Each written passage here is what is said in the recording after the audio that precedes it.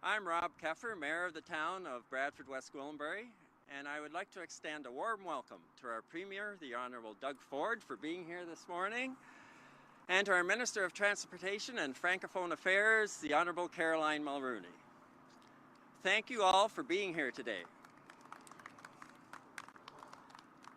Today I'm joined by our Mayor-elect, James the Duke, Deputy Mayor-elect, Raj Sandhu, Councillors Scott, Lamb, Orr, Faragini, Contois, and Dykey, and our new councillors-elect who are here as well. So thank you, Council, for being here. This is a project that has been long waited for and is wanted by everybody in our council chambers. Also, I'd like to welcome Mayor Lynn Dolan of Innisfil, who's here representing the County of Simcoe, and Lynn is the Deputy Warden of the County of Simcoe. I'm a longtime resident of Bradford, West Gwillimbury, and like many of our citizens, have experienced the traffic congestion around our core urban settlement areas. The fact is, our municipality is growing at an extraordinary rate, and we require infrastructure to support this growth. This bypass is a crucial piece of infrastructure for Bradford, West Gwillimbury.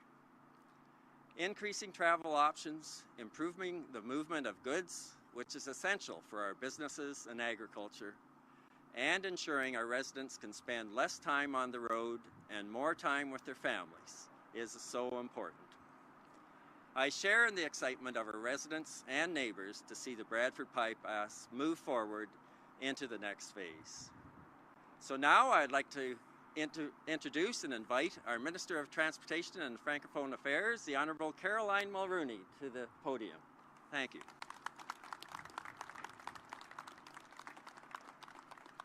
Thank you, Mayor Keffer. Good morning, everyone. What a pleasure it is to be here in Bradford today alongside Premier Ford, Mayor Keffer, and so many other friends and colleagues. Gridlock is a problem that continues to cripple drivers across Ontario. And it doesn't just hurt people's quality of life. It hurts our economy too. If our transport trucks are trapped in gridlock, this prevents goods from getting to market quickly, and it stops us from realizing Ontario's full potential. For decades, businesses, farmers, and residents across York Region and Simcoe County have called on their government to build the Bradford bypass.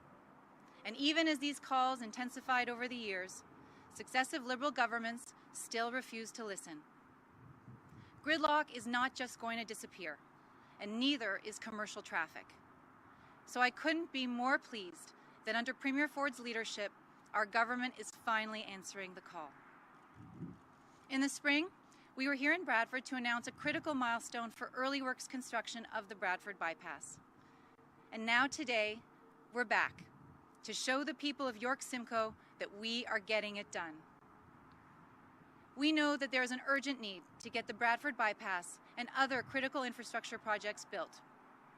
That's why, over the next decade, our government is investing a historic $86.6 billion into roads, highways, and public transit across Ontario.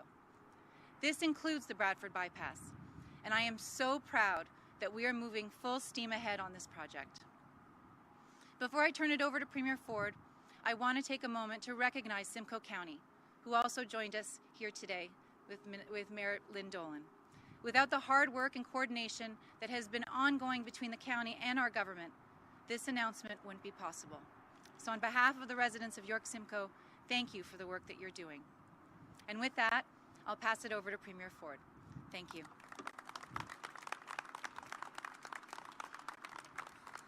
Well, good morning, everyone, and thanks to Minister Mulroney for that great introduction, and thanks to Mayor Keffer, thank you, and Mayor-elect Leduc. Along with Mayor Dolan, thank you. What a beautiful town Innisfil is, and you're doing great things over there. I always say to Mayor Dolan, my kids want to move to Innisfil, but I want to keep them closer to me. As well as the councillors and all the other dignitaries, everyone who is here alongside us to mark this milestone. When our government said we would reduce gridlock and connect communities here in the Golden Horseshoe, we meant it. In April, we awarded the contract to build the bridge over the Bradford bypass. And today, I'm thrilled to stand here with our partners to see construction start. Shovels are in the ground. We're getting it done for the GTA families. The bridge we're building here will be a critical part of the Bradford bypass, a brand new 4-lane freeway that will connect Highway 400 and Highway 404 in Simcoe County and York Region.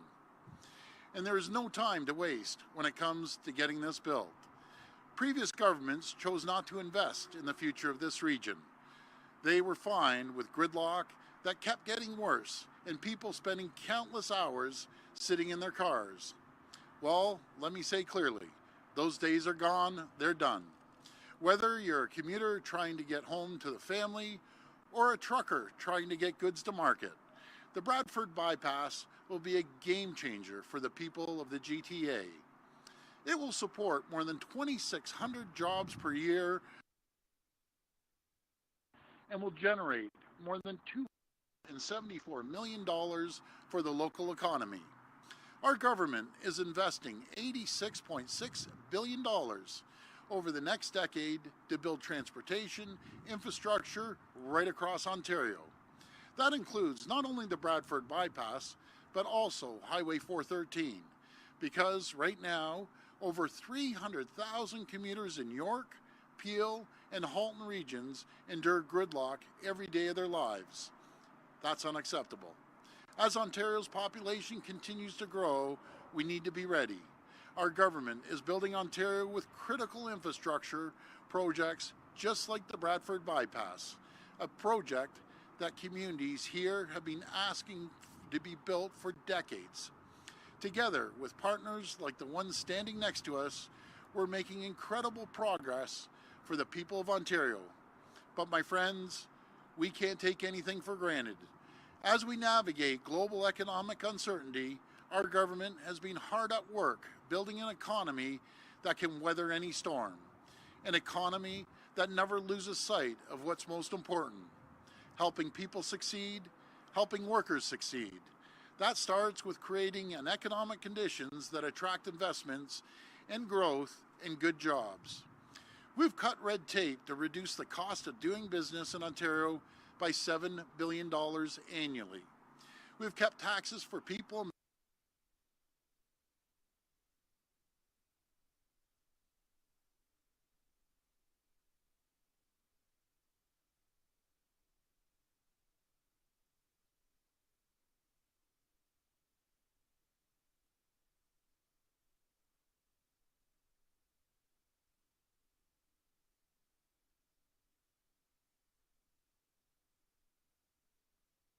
and raise a family. Together with our partners, we're building Ontario. Together, we're getting it done. Thank you, and God bless the people of Ontario. I look forward to taking questions. Thank you. Okay, we'll now take questions. There's one question. Hi, Premier. Hi. Can't see you very well, but I can't see you either. I'll look at the camera and you ask me the question. QP has said that they will not accept a two-tier wage increase. Is there any wiggle room for the government on that point? Well, the mediators asked me not to talk about it, but what I'll say is, and we've said from day one, we're going to focus on the low-paid workers. That's our goal. That's what we're hearing out there. You have to differentiate between someone that's making roughly about $40,000 a year versus someone that's making $100,000 a year. So I want to work collaboratively with QP and other partners to make sure we take care of the lowest paid people within QP. And on another matter, there's increasing pressure in the medical community to reinstitute some sort of mask mandates, given what's happening in hospitals, and I think schools has been a focus. Yeah. Is that something the government would entertain? I've always said from day one, I'll always listen to Dr. Moore's advice and the advice he's giving everyone, and I'll give them the same thing. You know, I'd wear a mask when you can, if you're, you're within risk, and get your flu shot. Get a vac shot too. I'm going to head out there and get my fourth one. I'm going to get a flu shot because I can't chance it. Old guys like me, I'm not chancing it. So we're gonna get a shot just to be safe. Hey, good morning, Premier. Colin DeMiller from Global News. Hi, Colin. Just a question about the process about repealing Bill 28. Yep. QP says that the promise you had given them was to repeal it immediately, not next Monday. And they're saying essentially that you're not necessarily holding up your end of the bargain. They say kids are back in school, but you have yet to repeal Bill 28. My understanding is you don't necessarily need everyone in the legislature to do it if you have all-party support. So why not just recall the legislature today or tomorrow and repeal Bill 28 once and for all? Well, thanks for the question, Colin. We said we'd do it as soon as possible, and we're going to get it done. We're going to do it. We're keeping our word.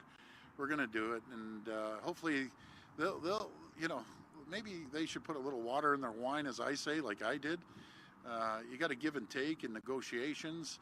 You can't be hardcore. You can't be running out there and spiking the football and doing cartwheels.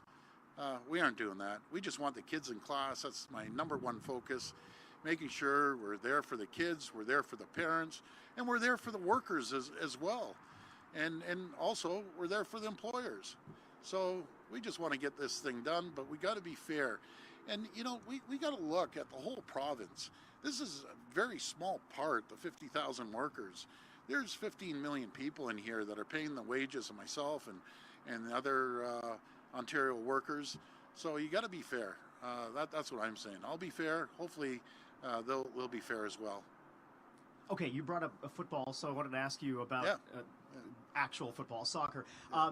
I wanted to ask about FIFA World Cup. Sure. The city of Toronto is waiting on the province for the financial commitment on hosting FIFA World Cup. Time is obviously running out, and the bills are skyrocketing. So is the government committing to actually putting forward the dollars that the city of Toronto is requesting so that they can host the FIFA World Cup? Yeah, another great question, Colin. Thanks for that. I had a great meeting the other day with Mayor Tory, discussed a wide range of items. One of them was FIFA. We haven't made a decision. I don't think the federal government's made a decision. But with all this, no matter if it was the Pan Am Games or FIFA, and you nailed it. Like every day, this cost keeps going up and up and up. And I'm a big soccer fan.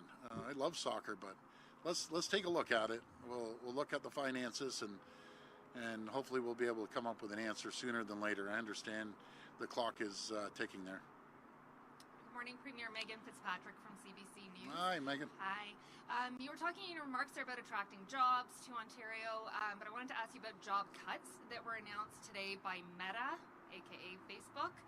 Back in March, you were part of an announcement about attracting 2,500 jobs to Toronto for an engineering hub. Sure. For Meta, given the news today that they're laying off 11,000 people globally, do you have any idea what that might mean for the jobs in Toronto and whether that engineering hub will go ahead? Yeah, I remember that announcement, and I think they're going to continue. Myself, they're going to continue to grow. I know they announced that 11,000 worldwide. They haven't given me numbers if it affects Ontario, but the tech sector here is second to none. We're seeing jobs come in by the droves every single day because we've created a climate and the conditions for companies to come here and thrive and prosper and grow. And two big sectors, obviously the automotive sector, we see growing, but we also see the tech sector. They were giving me an update the other day that we're right behind Silicon Valley, and we're catching them every day because the students that graduate, some of the brightest students in the world, used to go over to Silicon Valley. They aren't doing it now. They're staying here in Ontario. We're seeing massive investments by other companies, startup companies as well.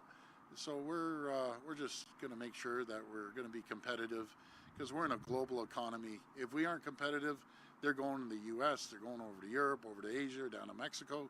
But right now, the climate's extremely, extremely good to invest here in Ontario. And just on another topic, I wanted to ask you about the Emergencies Act inquiry in Ottawa. Your name keeps coming up a lot there. Yesterday, we got a transcript of a call between you and the Prime Minister with some colorful language in it. I just want to ask you about your refusal to testify there. I know how you're saying it's a federal decision into a federal act. But obviously the events happened in the province of Ontario, and you were the Premier of the province of Ontario, and your government did respond. You were making decisions. And the Commission has said to fully understand what was going on, what led to the federal decision. They need to understand more about your decisions as the premier. And they have said that, the documents that you provided so far and the deputy ministers who they've interviewed don't have the answers. Only you do. And they asked you for an hour of your time a few months ago to talk to them in private, not even testify, just an hour of your time. Why wouldn't you do that? Why wouldn't you do everything possible to help the commission get the answers they need, despite it being a federal decision? You're the Premier of Ontario. You were involved in it. Why not give them an hour of your time? Well, thanks for the question. Again, I'm going to repeat what I've said, and I know you mentioned it's a federal inquiry. It was a federal government making that decision. As you saw, I wasn't forcing them to make any of those decisions. And it's a police operation. I think you saw in the transcript, it was colorful language. But at the end of the day, I think I said it 3 or 4 times, that I do not direct the police.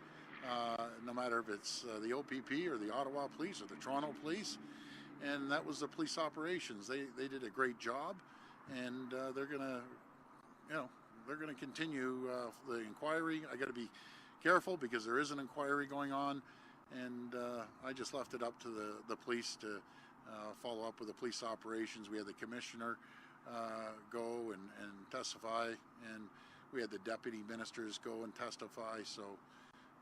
That's where we're at right now. Hi, Premier Jeff Gray from the Globe. I can't ask you about your tie today. I know.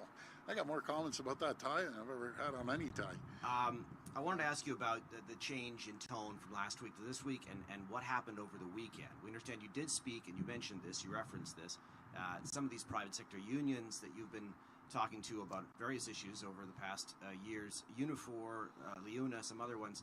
You spoke to them on the weekend. I take it there were conversations. They opposed the use of the Section 33 very strongly. Can you give us a sense of, is that what changed your mind, the concerns they raised with you over the weekend, that you said, well, let's tap the brakes here? No, it really wasn't. I just wanted to come with a consensus. And when conversations get heated on both sides, someone has to come in there and cool the temperatures. And as for the trade sector, I think the world of. Matter of fact, I think Leona's here somewhere. Again, I've always said 98% of the time we'll agree. There's odd things that 2 parties may not agree on, but we're looking forward to working with our trades. This is one example where we're going to have great tradespeople building the bridge. We're going to be building the Bradford bypass and Highway 413, and that's what it really came down to. I had to cool down the temperature, and really it all came down to getting the kids back in class. QP. They were saying they're just going on strike no matter what we were offering. So unfortunately, that's where we're at the time. Now we move forward, and the kids are back in school. And that's what I care about, to make sure the kids are in there learning. They've went through a lot of challenges over the 2.5 years, and I know that's what the parents want, the grandparents, employers, the whole shebang. Just want the kids in class. So let's negotiate fairly, and. That's where we'll be. Well, what would you say to the critics who would say that a government that would use Section 33 on a Thursday, and then such a drastic step that constitutional experts and so on have raised so many concerns about, and then just a few days later say, by the way, also said they had no option. It turns out you had an option, sir, to quote former Prime Minister. To change a course like that so quickly over just a few days, people would say this shows the government's incompetent. You don't know what you're doing. Well, something, I think we've done one heck of a job, and I think the people answered that on the last election, giving us a clear mandate. But let's back up a little bit. We didn't even mention Section 33. I didn't want to use Section 33, but when you have the union sitting there telling you that they're going on strike, before I even mentioned it, they're going on strike, no matter what it is, then you have no option but to sit back and utilize the tool. But do you know what's even worse than Section 33? Is threatening to go on strike, shut down the economy of Ontario, keep parents at home, keep the kids at home, keep the grandparents as they're getting unloaded at the grandparents' house. That's so much more dangerous than Section 33. That was the only tool that we had. Everyone, through negotiations, if I can use this language, came to their senses, both parties, and said, okay, let's get back to the table.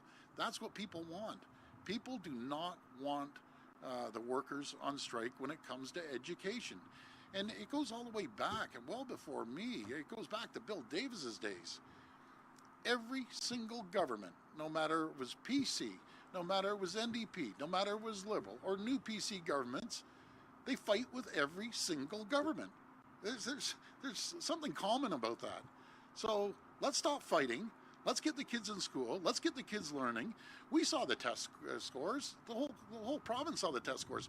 They were a disaster. We need to get the kids back in school learning. Let's focus on the science, technology, engineering, and math. That's what parents want, because those kids are the future of Ontario. They're the ones that are going to be standing up here one day. They're the entrepreneurs that are going to be creating jobs, but we need them in class to learn. Simple as that.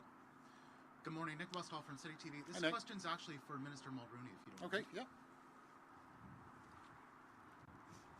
Minister, good morning to you.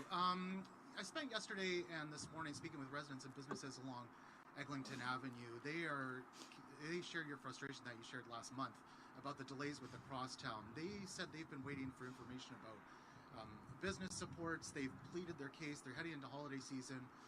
There's active construction on many parts of the line.